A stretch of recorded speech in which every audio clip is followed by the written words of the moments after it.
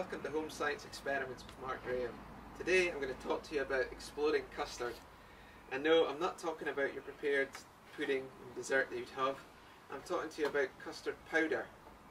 So what I'm going to do here in an experiment, so I've got a tin that I've cleaned out, I've got a candle in there, and then I've got some custard powder around the edge.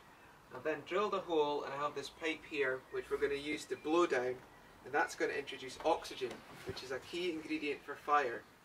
And then from that it's going to blow the powder inside and create an airborne dust cloud. And when you get the two together, the fire and the dust cloud, you get an explosion and it should blow the lid off the tin.